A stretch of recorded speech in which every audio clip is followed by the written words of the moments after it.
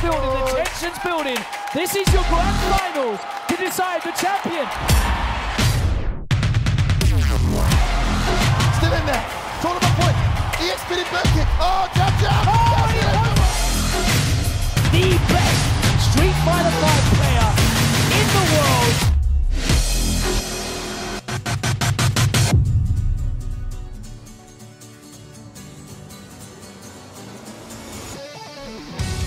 Welcome to the World Warriors of Capcom Cup. My name is UltraDavid. And I am James Chen. How's everybody going? Today we're going to start talking about the players. That's what this is all about, of course. Yes.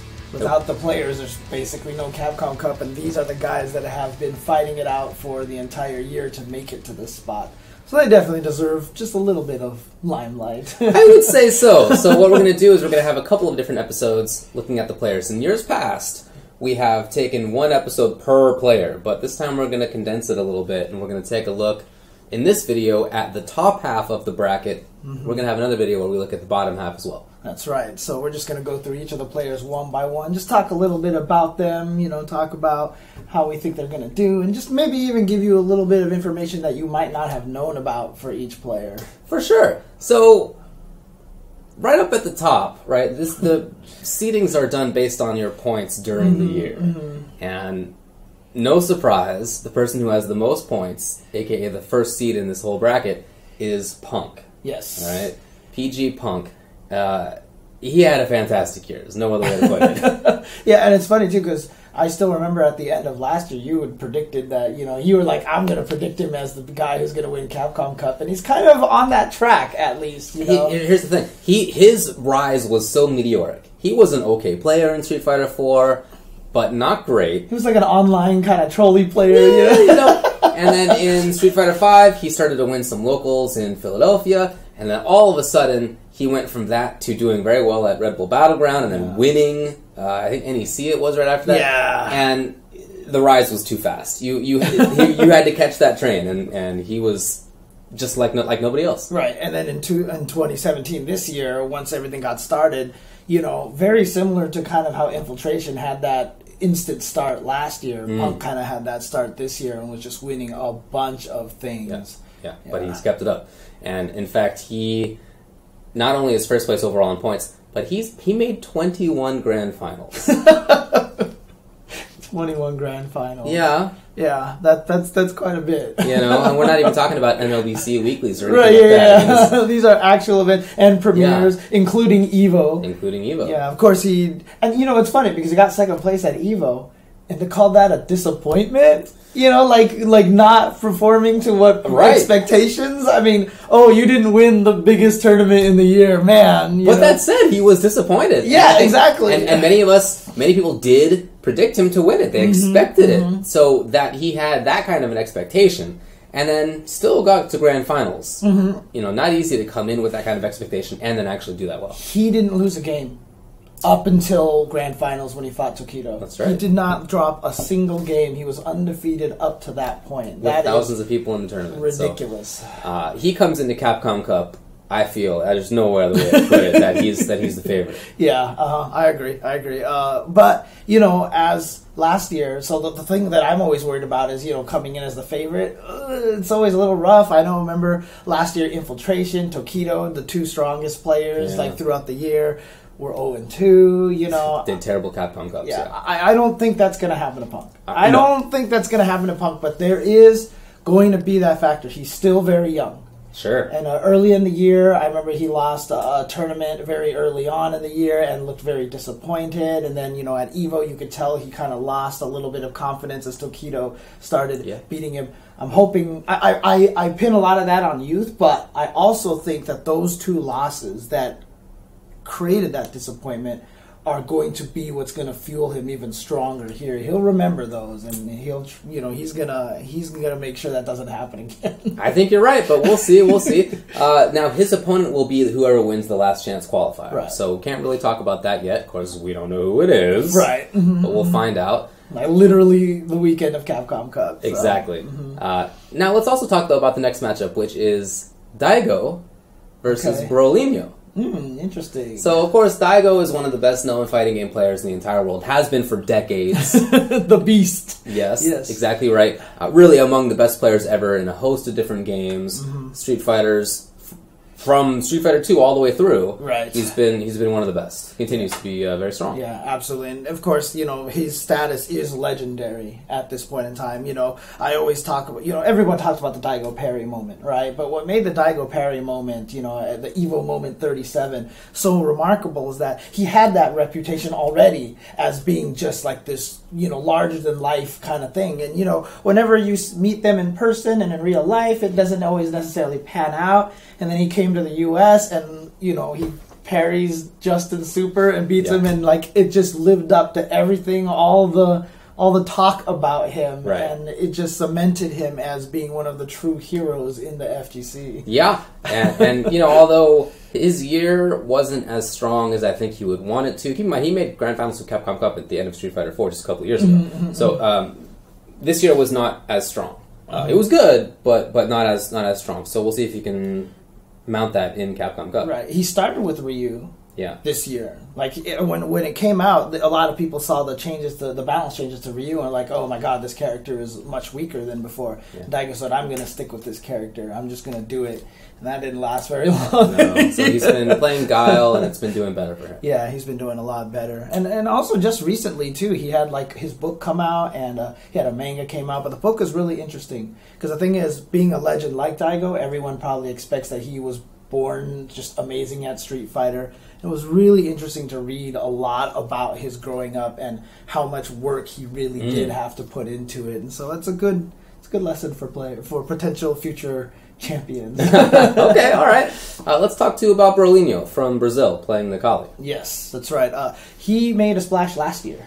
And in fact, every year at Capcom Cup there's been one Brazilian player who has been able to make it in there. And last year was Brolinho. So he is the first Brazilian player to make it to 2 Capcom Cups now. And he came in last year and then went to Red Bull Battleground. I'm sorry, not Red Bull, the ESL Brooklyn Beatdown is what it was. And remember, he beat Infiltration there. He made top 8. He played really well at that event. No, he's not somebody that anyone underestimates. He's beaten some of the best players in the world in the past. He's got another chance to do it here. He actually played against Daigo. They had a match last year in Capcom Cup. Daigo won at 3-0. But, we'll see what happens this time. Yeah, it's going to be very different characters as well. Of course, so, because Daigo's changed to Guile. Different trajectories for the players as well, so we'll see. The next match is Kazunoko versus Big Bird. Ooh. Very interesting. So, Kazunoko from Japan, of course. This is a guy who has been one of the best in the world in multiple different games. He picked up Street Fighter 4 about midway through, and he, by the end of it, was one of the best. Of course, he won the last Capcom Cup in Street Fighter 4. Yeah, and then made 3rd place the next year. So literally 2 years in a row now, he's been in top 3, 1st place and 3rd place. Right. And largely due to a lot of his erratic play style. I mean, people like to talk about... You can't predict what he's going to do. Right. At the Red Bull event that just took place in... Tower of Pride. He won it by waking up with crouch medium kick to beat a shimmy into V-trigger and defeated Luffy. And it was just like the craziest call out. That's one of the tools. And one thing that I really like about Kazunoko's playstyle is that he uses all of the tools. Something he did in Street Fighter 4 very much. Without safety of Dragon Punch FADC, because the character Yun didn't have that. So he just had to do the right stuff. And guess what? He very typically tends to. So his year, this year, was a little bit less consistent than previously, but of course he did just win Tower of Pride. Like you said, it gets really stacked competition. So I think he's in pretty good position. Yeah, he's getting himself for another top 3 finish, maybe. We'll see. Then Big Bird from living in the United Arab Emirates, playing Ken, but maybe not. Maybe not. Now, he's a young player. At the end of Street Fighter 4, he was strong. It's been hard for him to travel, living in the Middle East.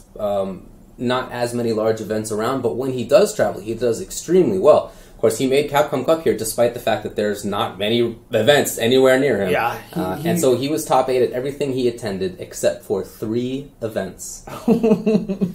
and pretty good record. Yeah, honestly, he's one of the players that I'm most excited about, because I know he's one of those players that, like you said, just has the difficulty getting around, and the fact that he made it to Capcom Cup, I think, is awesome.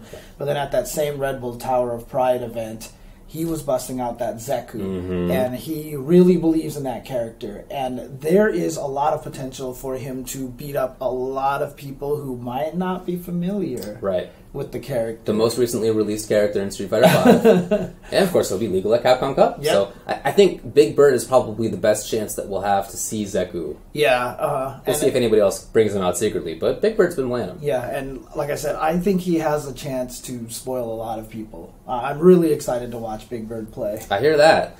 Then the next one we have is Xian versus Mena RD. Oh my god! Yeah. Two players I really like to watch. I really like them just as people, but I really like to watch them too. It's like one of them has to go to losers in round one. Oh. That's how it is, man. That's Capcom Cup, of course. So Xian is from Singapore. He plays Ibuki now. I think he's one of the best Street Fighter players ever. Right? His play in Street Fighter 4, he won EVO, he dominated the year 2013, and he was a big-time threat throughout the lifetime of the game. In Street Fighter 5 Season 1, he played Fang, which was tough. Fang was not very strong, and even still, Xian got 9th at Capcom Cup, he got 9th at EVO, he did well at other tournaments too. Yeah, I mean, he made Capcom Cup, right? I mean, he literally made Capcom Cup with this character. So when Season 2 came out, he switched. Right? Yeah. He now plays Ibuki. And the result of that, in part of that, I shouldn't attribute it entirely, but in part of that, immediately won multiple tournaments. Right? It's top 8 everything he's attended except for 2 events. Jesus. Yeah.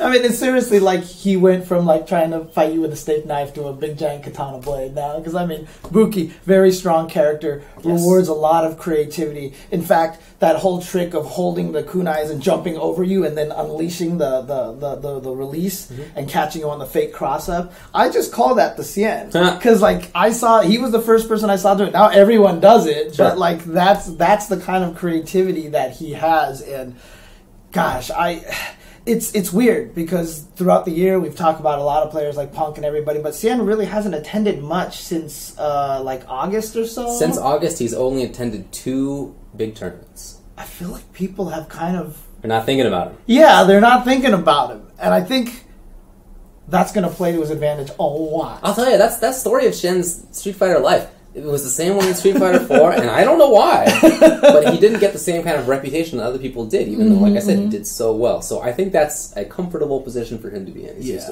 Even after he won EVO, I remember people were like, oh, well, you know, Xian, I'm not sure. But, dude, honestly, he's amazing. I really think he's one of the best. Good. I also have a lot of esteem for Mena RD from the Dominican Republic. Right. Plays mostly Birdie. Yeah. Very young player. And he thinks Birdie is like really high tier as well. He believes strongly in Birdie, yeah, for sure. Well, he does have Laura sometimes, but he does believe strongly in Birdie. He began to have strong results last year as the year went on. This year, he won a couple of things, consistently top 8, but, you know, kind of the same problem for people we've talked about before. He doesn't, or he at least didn't at the start of the year, get the trouble very much. Yeah, But, you know, one of the things about Menardi, though, you just got to watch out for his EX headbutts. Like, this guy has the most psychic EX headbutts, I think, out of anybody I've ever seen. He lands them consistently. Yeah, no, I love his play. He plays a character that, like you said, he believes in, but that you just don't see very often. Right. So even though everybody knows Birdie, it's hard to get practice against the high-level Birdie because there's only a few of them in the world. But, I mean, I know, you know, we're trying to talk about the players, and I apologize to Mena RD if I kind of shifted a little bit, but I'm sure he won't mind because I definitely want to take the time to also give a shout-out to that entire Dominican Republic scene. Yes. You know, between himself, Kaba, DRA, those 3 have been traveling. They support each other. There's those crazy videos of Kaba just being louder than everybody else in the audiences. Those 3 have put in so much work. That scene has put in a lot of work, and I think they are one of the biggest threats, and I'm super happy to have Mena RD representing Dominican Republic at Capcom Cup. I'm definitely with you. We'll see what he does. It's a great opportunity for sure. Next match we have is, I feel like, one of the most storied possible matchups that we got. It's Haitani versus Sako. These are 2 guys who have been among the best players in the world in a bunch of different games for a quarter century. Yeah. Literally a quarter century. Yeah, there was a random post at one point in time in Japan that tried to declare some of the Japanese players as gods. Right. And Haitani and Sako, both of them were in that list. Yeah. And they have to play each other in the first round. By the way, that list already was 15 years ago. Yeah. So right. It's not like they had already long since, when that was posted, they had already long since been legends. So for Haitani, in Street Fighter V, they've really taken different paths. Yes. Haitani, before Street Fighter V actually launched, when it was just in the beta, a lot of people thought he was the strongest player in Japan. Mm-hmm. And he proved that, because like at the first event, final round, he was doing really well. He was doing super well. I feel like he kind of put Nikali at the forefront right at the start. A lot of people were thinking about him, sure. And he did very well. Very consistent, very, very well. But he didn't have that big win in Season 1, that big tournament win. In Season 2, he finally got that, right? Meanwhile, continuing to be very consistent, doing well, traveling a lot, doing really well. I feel like he is one of the most consistently strong players in the world. Right, and keep in mind, too, he just got married, too. Like, nobody knew about it, but he just posted up. He's like, look, I got married. Yeah. And I remember when he won that first premiere, he was like, I can finally bring home this trophy to my family, you know? I mean, but like, hey, shows right there that, you can get married and still be one of the best at the game. So. Well, look, it's the same for Sako, right? So Sako, who plays Akuma now, again, one of the best ever. And again, he's a family man. He's been married with child for quite some time. In fact, he won Capcom Cup in 2013 in Street Fighter 4. Right. And he was already relatively pretty high up there in age. Okay? I think he was 39 at the time, if I recall correctly. But in Street Fighter V, he has not had that degree of success. Right. In fact, he is actually the lowest seeded, not counting Ricky Ortiz, who got in via Knuckle to dropping out. Right. But Sako, remember, even up to the Red Bull Battlegrounds, had the threat of being knocked out if somebody else had qualified and vaulted over him. Right. So he did barely squeak in due to points, but that said, you can never count on somebody like Sako. He's an incredible player. He's a god for a reason, Absolutely. Basically. In another matchup, we have two players who are on very different sides of their career, too. This is going to be Justin Wong versus Moking. Ooh, okay. Well, Justin Wong, one of the best-known fighting game players in the world, certainly one of the best of all time from the U.S. Yeah, whatever we said about Daigo being popular in Japan, that's basically Justin Wong in the States. Right. Probably one of the first fighting game members to really gain that kind of global prominence and fame. Absolutely, absolutely. In Street Fighter 4, of course, ton of success, right? Lots of different games. He's won EVO in multiple games, right? Very, very strong. In Street Fighter 5 Season 1, he started off really well. Yes. People thought he was the best in the US for a while. He fell off a little bit after that. He underperformed at the start of this year. But, he did have some wins. He had some top 8s. But as the year went on, I thought that he got stronger. And towards the end of it, he made top 8 a few times in a row at big tournaments. And I thought he looked a lot better. Yeah, I mean, I'm worried about that, though, because a lot of the top 8s that he did make, he immediately went 0-2 or like 0-1. Like he just really hasn't performed up to snuff in the top 8s, in my opinion. So, but the fact that he was making them, I think, is better than not making them. Of course. And another thing too is that just recently, before, one of the reasons why, in my opinion, not to try to defend the placements or anything like that, but, he was dedicated a lot to his job and to his work and everything like that. And partway through the year this year, he has gone full esports. He has, he basically has quit his job and, I mean, it definitely helped with the Echo Fox signing and everything like that. So he has been dedicating a lot more time to the fighting games, and I know he has people at his place right now, and they're just practicing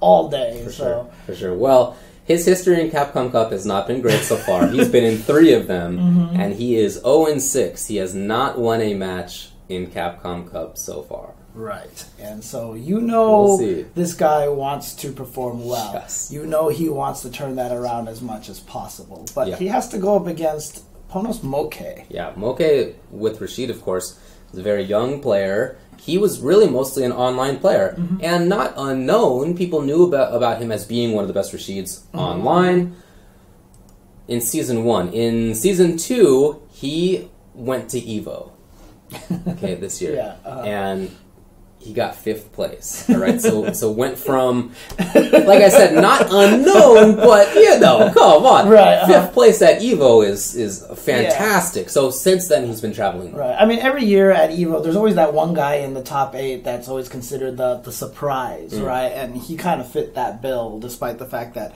some people were expecting him to do well. That studied, but nobody most thought people top 8 Evo, right? So.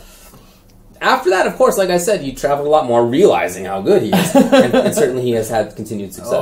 Oh yeah. So he's going to be a very, very scary player, especially part of that Rashid army. Right. He's been one of the premier representatives of that character. Sure, and again, to contrast him and Justin. Justin has been playing fighting games at a tournament winning level for 20 years, almost. Yeah. Whereas Moke is younger than that. So. Yeah, he's younger than that, yeah. All right, let's talk about the next match we have. This is going to be Itabashi Zangief versus Phenom. Itazan from Japan, he plays Zangief. Fantastic player. He's been very strong in multiple games over the years, not just in Street Fighter. Strong in Street Fighter 4. Yes. Very strong in Zangief, of course.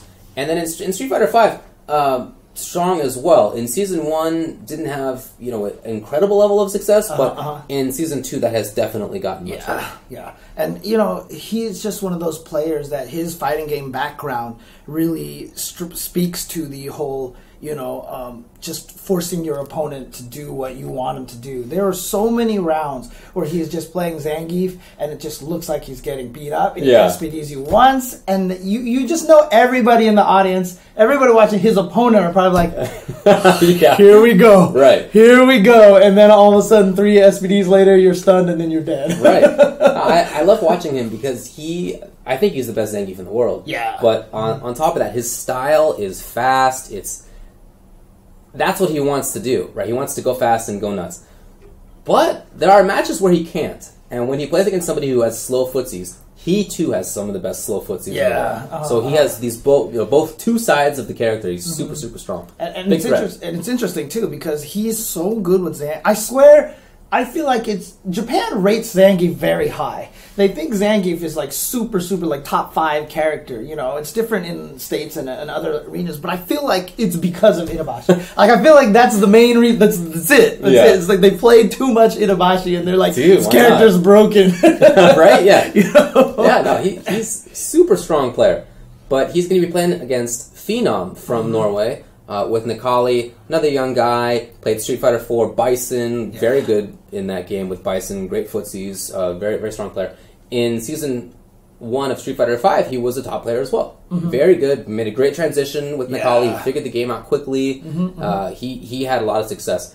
In this year, he traveled a lot again, very successful again, he won some big tournaments, he made a bunch of top 8s. Very impressive showing from him. He is, I think, one of the most consistent players in the world. Yeah, exactly. And, Phenom is just one of those players that makes me happy to see. Cause, like with Moke and a whole bunch of the young crowd. Right. I like seeing him Punk, Knuckle Do. I like seeing these guys come in and start blowing up some of the veterans, For sure. And, that's what he's got to do here. If he's got to try to beat Itazan, he's really got to try to take out one of the veterans. But he absolutely has the chance to do that. One of his most famous things is where he dunked Daigo with the command throw 5 times in a row, Right. So, he has that ability. He has that kind of like, I'm not scared of you mentality. I will blow you up like you're a beginner player, even though you've been playing fighting game for 20 years. Yeah, no, I really like that I think that he's not scared is a great way to put it. And he shows that he's willing to take risks. He can play very, fundamentally soundly, of course. But yeah, he can definitely go nuts, and he has a lot of success while doing it. So let's talk about the last match of this half of the bracket. Okay. This is going to be Problem X from the UK versus 801 Strider from the USA. Okay. So from the UK, Problem X playing Bison, a little bit of Birdie. In Street Fighter 4, I remember him sort of coming up into the top level part of the scene, and I thought he was kind of zany, and a little wild. Yeah. But then as Street Fighter 4 went on, I mean, especially by the end of it, I thought he had fantastic footsies. I thought he was just super strong all around. in SF5 Season 1, he bounced around between characters, but was always strong. Right. Always successful.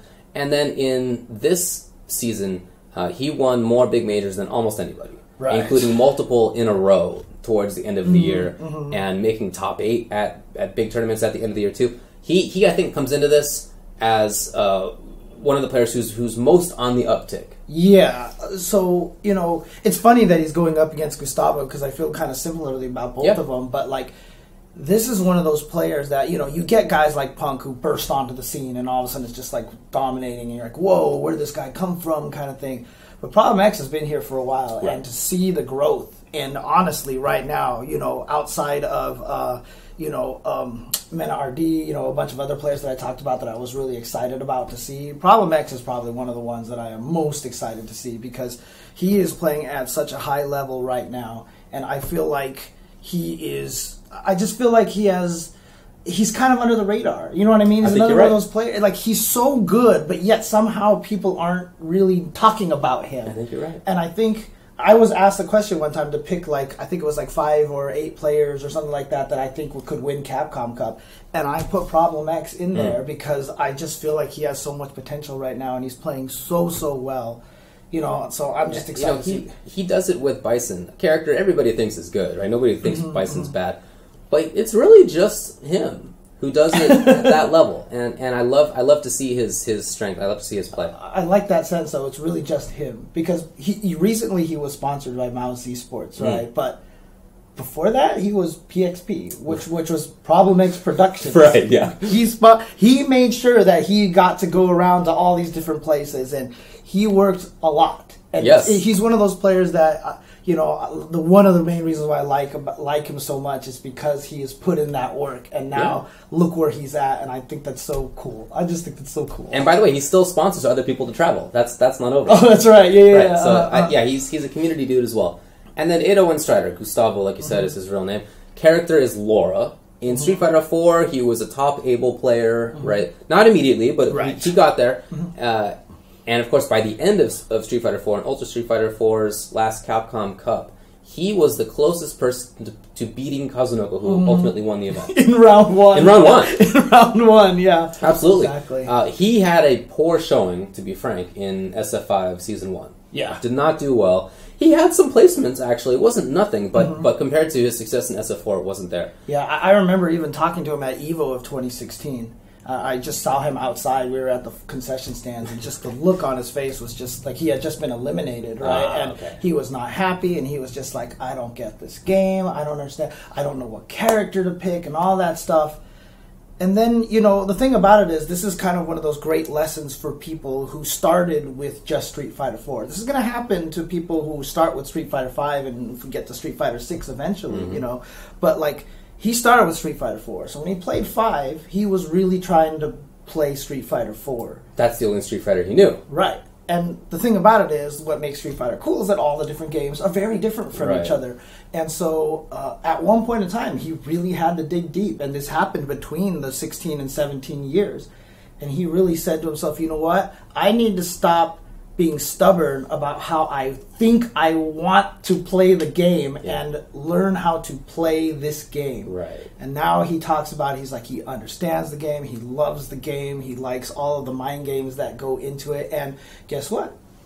He's in Capcom Cup now. Yeah, did very well. You know, he consistently 8th or 9th place, top 8 or 9th, I should say. Had some really big top 8s, right? Especially towards the end of the year. None bigger than Canada Cup. When he made it in there, you saw him just get so excited because he knew he made it into Capcom Cup. Exactly right. That's the passion that this guy has for the sport, basically. And even though it took him a year to get as strong as he is in Street Fighter V, he's there now. Yeah, he's one of the best Laura players in the world. So that's the first half of the bracket. That's the top half. A lot of strong players in there. Dude, there's a lot of strong players. Yeah, it's scary. Dude. We'll make a predictions episode. Yeah. We're trying so hard not to talk about it, dude. There was like 19 times I was just like, oh, but I think, okay, we'll save that for I hear you. We're going to get into that stuff. We wanted to spend some time talking about who the players are, what they've done, that kind of thing. The kind of the story that they've taken to get to this point. Exactly. And again, such a strong set of players in there. Yeah, and again, this is, of course, for the Capcom Cup, which is going to be coming just right around the corner. That is going to be starting on December... This is December 8th? Yep, that's right. So the Last Chance qualifier, like we said, Punk will be playing the winner of that Last Chance qualifier. That's going to be on December 8th. That's Friday at the Anaheim Hilton. December 9th, also at the Anaheim Hilton, will be when the top 32 happens. Yes. So Capcom Cup proper begins. That will be streamed on Capcom Fighter, twitch.tv/Capcom Fighters and twitch.tv/Capcom Fighters 2. And then the finals, top 8, will be the following day, Sunday, December 10th. That will be at PlayStation Experience.